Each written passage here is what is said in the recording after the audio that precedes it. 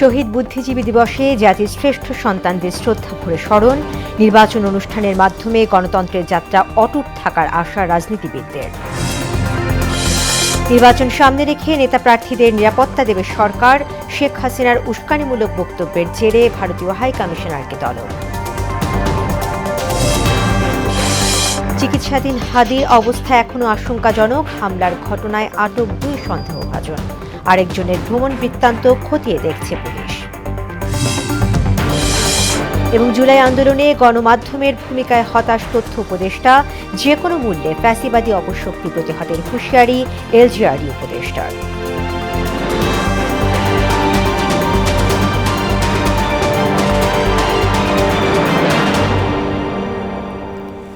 আসসালামু আলাইকুম, মোহনা সংবাদে সবাইকে স্বাগত। শুনছিলেন শিরোনাম, পুরো সংবাদে আছি আমি তাসমিয়া সেরিন। শুরুতেই বিজয়ের মাস, ডিসেম্বর প্রসঙ্গ।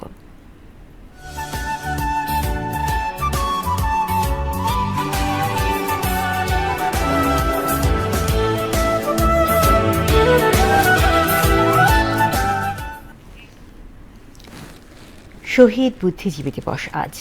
এ উপলক্ষে মিরপুরের শহীদ বুদ্ধিজীবী স্মৃতিসৌধে শ্রদ্ধা নিবেদন করেছেন রাষ্ট্রপতি মোহাম্মদ শাহাবুদ্দিন এবং প্রধান উপদেষ্টা অধ্যাপক মোহাম্মদ ইউনূস। এ সময় তারা দেশের কৃতী সন্তানদের স্মৃতির প্রতি গভীর শ্রদ্ধা জানিয়ে কিছুক্ষণ নীরবতা পালন করেন। সকালে শহীদ বুদ্ধিজীবী স্মৃতিসৌধে পুষ্পস্তবক অর্পণ করেন তারা। এ সময় সশস্ত্র বাহিনীর একটি চৌকস দল গার্ড অফ অনার প্রদান করেন। পাশাপাশি বিয়োগলে করুণ সুর বেজে ওঠে। পরে অন্যান্য উপদেষ্টা, 3 বাহিনীর প্রধান সহ উচ্চ পদস্থ এবং সামরিক বেসামরিক কর্মকর্তা এবং আহত বীর মুক্তিযোদ্ধা সহ সর্বস্তরের জনতা শহীদ বুদ্ধিজীবীদের প্রতি শ্রদ্ধা জানাতে আসেন।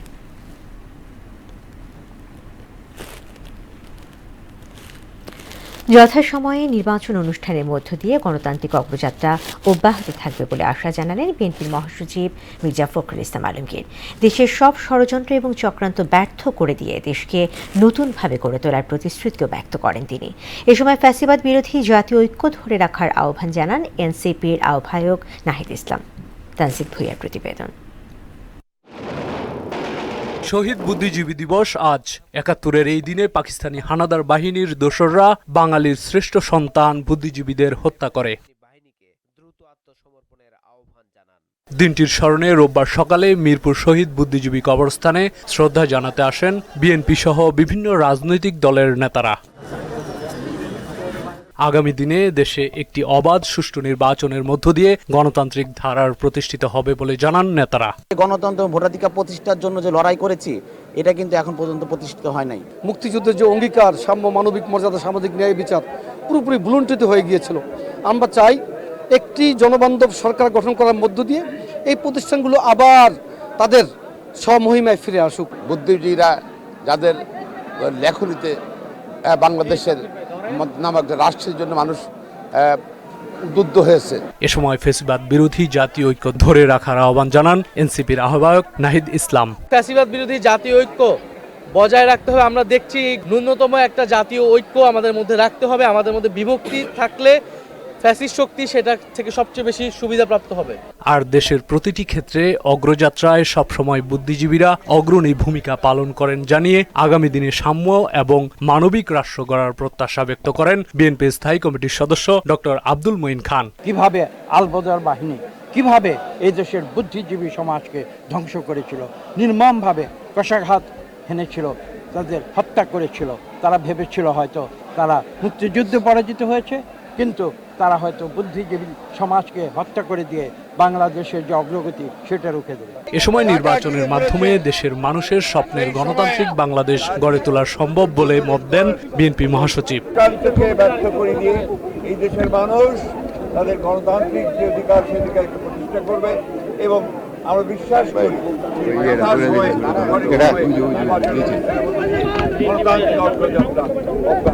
যে কোনো মূল্যে দেশের স্বাধীনতা ও সার্বভৌমত্ব অক্ষুণ্ণ রেখে গণতান্ত্রিক অগ্রযাত্রাকে রক্ষা করার অঙ্গীকারও করেন তিনি। যে কোনো মূল্যেই বাংলাদেশের স্বাধীনতা সার্বভৌমত্বকে অক্ষুণ্ণ রাখবে, গণতান্ত্রিক অগ্রযাত্রাকে অক্ষুণ্ণ রাখবে, সমস্ত চক্রান্তকে ব্যর্থ করে দিয়ে বাংলাদেশকে নতুনভাবে আমরা গড়ে তুলব ইনশাআল্লাহ। তানজিদ ভুঁইয়া, মোহনা সংবাদ, ঢাকা। শহীদ বুদ্ধিজীবী দিবসে রায়ের বাজার স্মৃতিসৌধে শ্রদ্ধা জানিয়েছেন সর্বস্তরের মানুষ। রাজনৈতিক দল, শিক্ষা প্রতিষ্ঠান সহ জাতির শ্রেষ্ঠ সন্তানদের স্মরণে ছুটে যান সব বয়সী মানুষ। ৭১-এর মতো জুলাইয়ের পরাজিত শক্তি মেধাবীদের হত্যার নীল নকশা করছে বলে অভিযোগ করেন তারা। আর ফ্যাসিস্ট মোকাবেলায় জাতীয় ঐক্যের কথা বললেন রাজনীতিবিদরা। এমআর আসাদের রিপোর্ট। রায়ের বাজার বদ্ধভূমি। ৭১-এর যুদ্ধে পরাজয় নিশ্চিত জেনে এখানেও শিক্ষক, সাংবাদিক, সাহিত্যিক সহ পেশাজীবীদের নৃশংসভাবে হত্যা করে পাকিস্তানি সেনাবাহিনী ও তার দোসররা। ১৪ ডিসেম্বর জাতির শ্রেষ্ঠ সন্তানদের স্মরণে এ বদ্ধভূমিতে আসেন বিভিন্ন বয়স, পেশার মানুষ। ১৪ ডিসেম্বর মহান শহীদ বুদ্ধিজীবী দিবস। এই দিবসে আমাদের জন্য অনেক মানুষ মৃত্যুবরণ করেছে, শহীদ হয়েছে। অন্তরের প্রতিটি কোণে কোণে এই মহান মুক্তিযুদ্ধ, বিজয় দিবস এবং বুদ্ধিজীবী দিবস তাদের প্রতিটি রক্তের মধ্যে মিশে আছে। ৭১-এর পরাজিত শক্তির অনুকরণে ২৪-এর যোদ্ধাদেরও তালিকা তৈরি করে হত্যার ষড়যন্ত্র হচ্ছে বলেও অভিযোগ করেন রাজনীতিবিদরা। ২০২৪-এর যে পরাজিত শক্তি, ফ্যাসিস্ট শক্তি, তারা পরাজিত হওয়ার পর এদেশকে নেতৃত্বহীন করার জন্য আমাদের জুলাই গণঅভ্যুত্থানের নেতৃত্বদেরকে টার্গেট করছে। তার অংশ হিসেবে ওসমান হাদিকে গুলিবিদ্ধ করা হয়েছে। তিনি এখন জীবন মৃত্যুর সঙ্গে পাঞ্জা লড়ছেন। পতিত ফ্যাসিস্টরা আজকে পরিকল্পিতভাবে সারা দেশে অভ্যুত্থানের যে অর্জন সেটাকে ব্যর্থ করে দিতে চাইছে এবং তারা কিলার বাহিনী নিয়োগ করে তারা বিভিন্নভাবে আজকে সারা দেশে একটা অরাজকতা, আতঙ্ক তৈরি করছে। ওসমান হাদিকে আক্রমণ করা হয়েছে এবং তারা আরও অনেক প্রার্থী, রাজনৈতিক নেতৃবৃন্দকে হামলা করতে চায়, হত্যা করতে চায়, যাতে করে দেশে একটা অরাজকতা তৈরি হয়। স্বাধীনতা যুদ্ধের প্রকৃত ইতিহাস মুছে ফেলা সম্ভব নয় উল্লেখ করে মুক্তিযুদ্ধের স্মৃতি সংশ্লিষ্ট স্থাপনা সংরক্ষণের কথা বলেন উপদেষ্টা ফারুকী আজম। ইতিহাস কেউ পারে না নষ্ট করতে। ইতিহাস অতীতে ঘটে যাওয়া ঘটনা, সেটাকে না পিছনে গিয়ে কেউ নষ্ট করতে পারে, না আগামীতে কেউ সেটার অপব্যাখ্যা দিয়ে নষ্ট করতে পারে। এটা কখনো সম্ভব হয় না। যাদের আত্মত্যাগে স্বাধীন বাংলাদেশ, তাদের কথা প্রজন্ম থেকে প্রজন্মে দেশের মানুষ স্মরণে রাখবে বলেও আশা প্রকাশ করেন তিনি।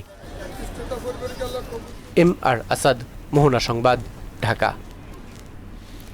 শহীদ বুদ্ধিজীবী দিবসের আরও খবর থাকছে সংবাদের পরের অংশে। জাতীয় নির্বাচন ও গণভোটকে সামনে রেখে সব রাজনৈতিক দলের জন্য নিরাপত্তা প্রোটোকল সরবরাহের সিদ্ধান্ত নিয়েছে পুলিশ। এর মাধ্যমে রাজনৈতিক নেতা ও সম্ভাব্য প্রার্থীদের ব্যক্তিগত নিরাপত্তা নিশ্চিত করা হবে। দুপুরে প্রধান উপদেষ্টার প্রেস উইং থেকে দেয়া এক বিজ্ঞপ্তিতে এ তথ্য জানানো হয়।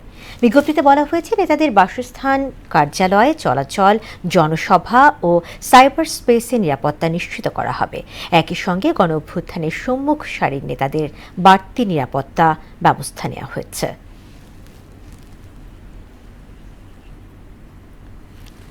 নির্বাচন বানচালে ভারতে বসে শেখ হাসিনার উস্কানিমূলক বক্তব্যের জেরে ভারতীয় হাইকমিশনার প্রণয় ভার্মাকে তলব করেছে পররাষ্ট্র মন্ত্রণালয়। ঢাকা জানায়, সমর্থকদের উদ্দেশ্যে শেখ হাসিনার বক্তব্য আসন্ন জাতীয় নির্বাচনকে প্রভাবিত করেছে। শেখ হাসিনাকে এ ধরনের সুযোগ দেয়ায় ভারত সরকারকে বাংলাদেশের গভীর উদ্বেগ তুলে ধরা হয়। এ সময় শেখ হাসিনা ও আসাদুজ্জামান খান কামালকে প্রত্যর্পণের আহ্বান পুনর্ব্যক্ত করে পররাষ্ট্র মন্ত্রণালয়। গুলিবিদ্ধ হয়ে চিকিৎসাধীন ওসমান হাদির অবস্থা খুবই আশঙ্কাজনক। তার মস্তিষ্কে অক্সিজেন স্বল্পতার পাশাপাশি সেখানে রক্ত জমাট বেঁধে আছে। কিডনি কাজ করলেও অন্যান্য অঙ্গ লাইফ সাপোর্টে রয়েছে বলে জানায় তার চিকিৎসায় গঠিত মেডিকেল বোর্ড। দুপুরে এক ব্রিফিংয়ে সব কথা জানান ঢাকা মেডিকেল কলেজ হাসপাতালের নিউরোসার্জন ডাক্তার আব্দুল আহাদ। মেডিকেল বোর্ড সিদ্ধান্ত দিলে হাদিকে বিদেশে নেওয়ার বিষয়টি পরিবার চূড়ান্ত করবে বলেও জানান তিনি। বিস্তারিত জানাচ্ছেন নাহিদ সিরাজি নিম্মি। তফসিল ঘোষণার একদিন পরেই গুলিবিদ্ধ হন ঢাকা ৮ আসনের সম্ভাব্য স্বতন্ত্র প্রার্থী ওসমান হাদি। গুরুতর অবস্থায় প্রথমে ঢাকা মেডিকেল, তারপর নেওয়া হয় এভার কেয়ার হাসপাতালে। হাদির চিকিৎসায় গঠিত মেডিকেল বোর্ড শনিবার জানায় মস্তিষ্ক মারাত্মকভাবে ক্ষতিগ্রস্ত। এছাড়া ফুসফুসেও ইনজুরি আছে, তবে কিডনির কার্যক্ষমতা বর্তমানে ফিরে এসেছে। রোববার সকালে সিটি স্ক্যানের পর আবারও বসে মেডিকেল বোর্ড। পরে ডাক্তার আব্দুল আহাদ গণমাধ্যমকে জানান, ওসমান হাদির শারীরিক অবস্থা অপরিবর্তিত এবং আশঙ্কাজনক। ব্রেনে অক্সিজেন স্বল্পতা বাড়ার পাশাপাশি রক্ত জমাট বেঁধে আছে। ফুসফুসের অবস্থাও অপরিবর্তিত। গুলির একটা অংশ এখনও মাথায় রয়েছে। তার যে ব্রেইনে ইনজুরি ছিল, আমরা ঢাকা মেডিকেল কলেজে অপারেশন করেছিলাম এবং আজকে সকালে তার রিপিট সিটি স্ক্যান হয়েছে এবং সিটি স্ক্যানে আমরা দেখেছি যে তার ব্রেনের যে কন্ডিশনটা সেটা অপরিবর্তিত রয়েছে এবং সেই পরিস্থিতিতে যে ব্রেনের স্টেমে যে ইনজুরিটা ছিল সেটা মারাত্মকভাবে ক্ষতিগ্রস্ত হয়েছে। চিকিৎসকরা জানান, বিদেশে নেয়ার ক্ষেত্রে আলোচনা চলছে। এক্ষেত্রে পরিবারের সিদ্ধান্তই বড়। সিঙ্গাপুর এবং থাইল্যান্ডের যে হসপিটালগুলোতে তাকে কেস সামারি তার পরিবার পাঠিয়েছে এবং ওই হসপিটালের সাথে হয়তো কথা বলে হসপিটাল অ্যাকসেপ্ট করতে পারে, তার পরিবার সিদ্ধান্ত নেবে তখন যে আসলে কোন হসপিটালে তাকে নেওয়া যেতে পারে। নাহিদ সিরাজি নিম্মি, মোহনা সংবাদ, ঢাকা। আইন শৃঙ্খলা রক্ষাকারী বাহিনীর হাতে এসেছে ওসমান হাদিকে গুলি করা প্রধান সন্দেহভাজন ব্যক্তির ভ্রমণ বৃত্তান্ত। ইতিমধ্যেই তার চলাচলে খতিয়ান সংগ্রহ করে তা পর্যালোচনা করছে পুলিশ। বিকেলে এক ব্রিফিংয়ে এসব তথ্য জানান ডিএমপির অতিরিক্ত কমিশনার SN নজরুল ইসলাম।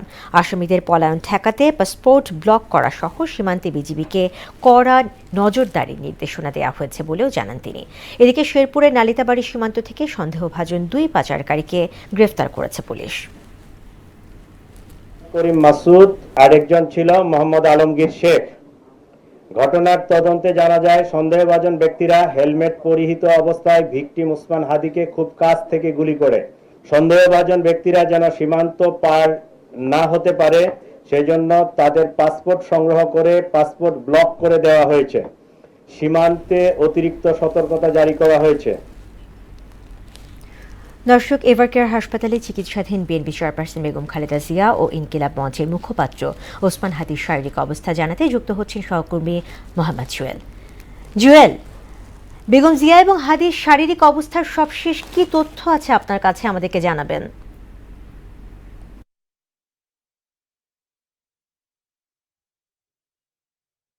এই মুহূর্তে রয়েছে রাজধানীর এভারকেয়ারে।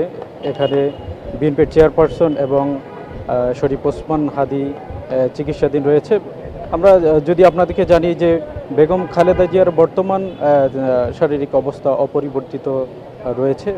দেশি বিদেশি বিভিন্ন চিকিৎসকদের মাধ্যমে তার যে মেডিকেল বোর্ড গঠন করা হয়েছে সেই মেডিকেল বোর্ডের স্পেশাল কেয়ারে তিনি এই মুহূর্তে রয়েছেন। আরেকটি বিষয় আপনাদেরকে জানিয়ে রাখি, দুদিন আগেই তাকে ইলেকট্রিক ভেন্টিলেটরে চিকিৎসকদের পরামর্শে নেওয়া হয়েছে। এখন তার ফুসফুস এবং বিভিন্ন অঙ্গ প্রত্যঙ্গ বিশ্রামের জন্য চিকিৎসকদের পরামর্শে, মেডিকেল বোর্ডের পরামর্শে এই ব্যবস্থা করা হয়েছে। এছাড়াও আপনাদেরকে আরেকটি বিষয় জানাই, শরীফ ওসমান হাদির অবস্থাও বর্তমানে আশঙ্কাজনক এবং অপরিবর্তিত রয়েছে। তার চিকিৎসক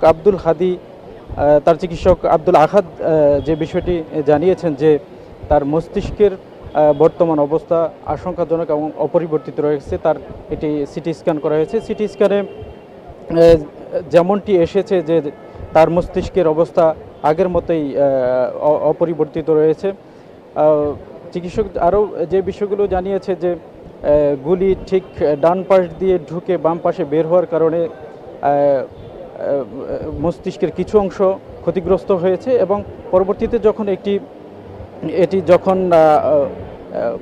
অপারেশন করা হয়, সে অপারেশন করার পরেও স্প্লিন্টারের কিছু অংশ তার মস্তিষ্কে রয়েছে। তবে পরবর্তীতে তার পরিবারের সিদ্ধান্ত অনুযায়ী তার উন্নত চিকিৎসার জন্য করা হবে। তো সেক্ষেত্রে পরিবারের সিদ্ধান্ত এবং মেডিকেল বোর্ডের উন্নত চিকিৎসার মধ্যে তার পরবর্তী ব্যবস্থা গ্রহণ করা হবে। তবে এই ছিল রাজধানী এভারকেয়ার থেকে আমার কাছে সর্বশেষ তথ্য। জুয়েল, আপনাকে ধন্যবাদ। যে কোনো মূল্যে ফ্যাসিবাদী অপশক্তি প্রতিরোধ করা হবে বলে হুঁশিয়ারি দিলেন নতুন এলজিআরডি উপদেষ্টা আদিলুর রহমান। আর গণতন্ত্রের চর্চায় গণমাধ্যম বরাবরই বলিষ্ঠ ভূমিকা রাখলেও জুলাই আন্দোলনে এর ব্যত্যয় ঘটেছে বলে মন্তব্য করেন তথ্য উপদেষ্টা সৈয়দা রিজওয়ানা হাসান। খণ্ডিত বা বিকৃত তথ্য উপস্থাপন থেকে বিরত থাকতে গণমাধ্যমের প্রতি আহ্বানও জানান তিনি। সচিবালয়ে আলাদা অনুষ্ঠানে এসব কথা বলেন উপদেষ্টারা। শামীমুজ্জামান চৌধুরীর রিপোর্ট। অন্তর্বর্তী সরকারের উপদেষ্টা পরিষদ থেকে আসিফ মাহমুদ, সজীব ভুঁইয়া ও মাহফুজ আলমের পদত্যাগের পর পুনর্বণ্টন করা হয় তাদের দায়িত্বে থাকা মন্ত্রণালয়গুলো। তথ্য মন্ত্রণালয়ের দায়িত্ব পেয়ে প্রথম দিনে সচিবালয়ে বিভাগীয় কর্মকর্তাদের সঙ্গে মতবিনিময় করেন সৈয়দা রিজওয়ানা হাসান। ওসমান হাদির উপর হামলা প্রসঙ্গে তিনি বলেন, জনমনে আতঙ্ক তৈরি করতেই এ ধরনের আক্রমণ করা হচ্ছে। উদ্দেশ্য নির্বাচনের পরিবেশ বিঘ্নিত করা। মানুষ যত নির্বাচনমুখী হচ্ছে, সরকার যত কঠোর অবস্থানে যাচ্ছে নির্বাচন নিয়ে, সরকার যত স্পষ্ট অবস্থানে যাচ্ছে নির্বাচন নিয়ে, ততই নির্বাচনের ব্যাপারে বা পরিবেশটা একটা ভীতিকর করে ফেলার জন্যই তো এই কাজগুলো করা হচ্ছে। আসিফ মাহমুদের পদত্যাগে ফাঁকা থাকা যুব ও ক্রীড়া মন্ত্রণালয়ের দায়িত্ব পান আসিফ নজরুল। কর্মকর্তাদের সঙ্গে পরিচিতি পর্ব সেরে তিনি বলেন, 2 মাস খুবই অল্প সময়, তারপরও দুর্নীতির অভিযোগের বিরুদ্ধে পদক্ষেপ ও স্থানীয় পর্যায়ের ক্রীড়া উন্নয়নকে অগ্রাধিকার দেয়া হবে। আসিফের কাজের যে ধারাবাহিকতা সেটা তো আমি বজায় রাখবই, প্লাস নতুন কি করা যায় সেটা দেখব। 2 মাস খুব অল্প সময়, তবু আমি ঠিক করেছি 2টা আমার লক্ষ্য থাকবে।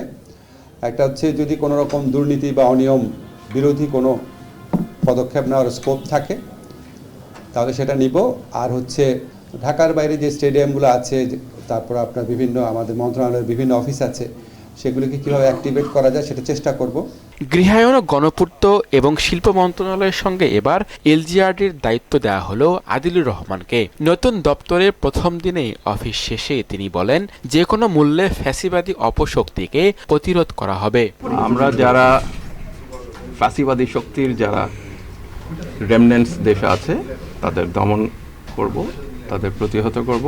জুলাই যোদ্ধাদের পাশে দাঁড়িয়ে সরকার ও জনগণের স্বার্থ রক্ষার অঙ্গীকারও করেন স্থানীয় সরকার উপদেষ্টা। জুলাই অভ্যুত্থান, জুলাই বিপ্লবের যারা যোদ্ধা তাদের পাশে দাঁড়িয়ে এই সরকার বাংলাদেশের জনগণের স্বার্থ রক্ষা করবে। শামীমুজ্জামান চৌধুরী, মোহনা সংবাদ, ঢাকা। সুদানের দক্ষিণ কর্দোফানে নিজেদের এক ঘাঁটিতে ভয়াবহ ড্রোন হামলায় 6 বাংলাদেশি শান্তিরক্ষী নিহত এবং আরও 8 জন আহত হওয়ার ঘটনায় তীব্র নিন্দা জানিয়েছে জাতিসংঘ।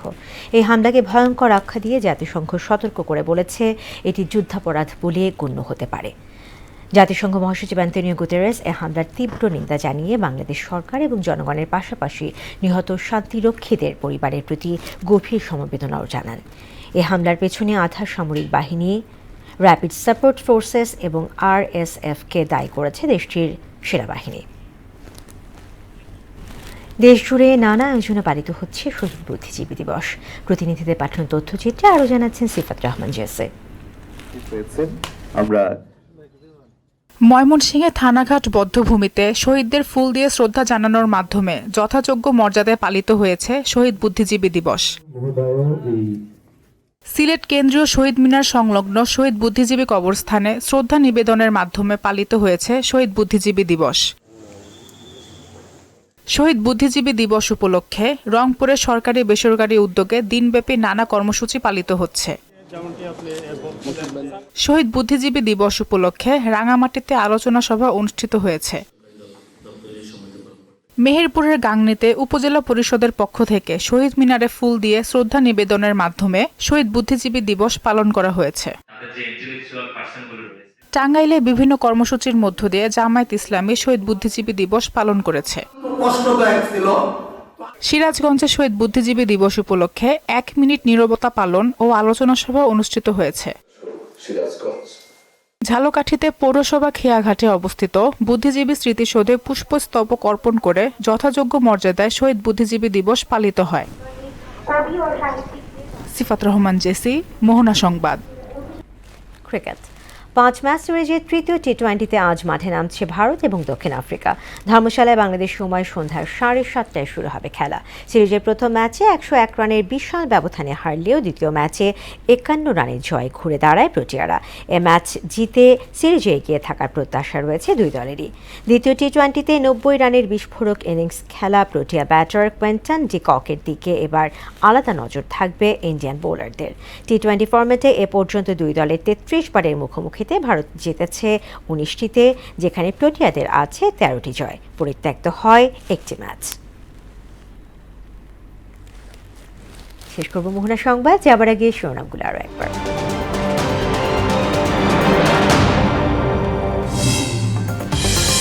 শহীদ বুদ্ধিজীবী দিবসে জাতির শ্রেষ্ঠ সন্তানদের শ্রদ্ধা ভরে স্মরণ।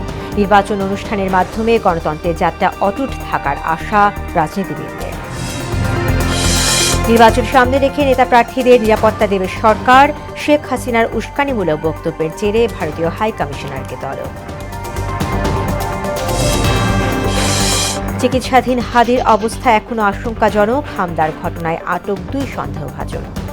আরেকজনের ভ্রমণ বৃত্তান্ত খতিয়ে দেখছে পুলিশ। এবং জুলাই আন্দোলনে গণমাধ্যমের ভূমিকায় হতাশ তথ্য উপদেষ্টা, যে কোনো মূল্যে ফ্যাসিবাদী অপশক্তি প্রতিহতের হুঁশিয়ারি এলজিআর উপদেষ্টার।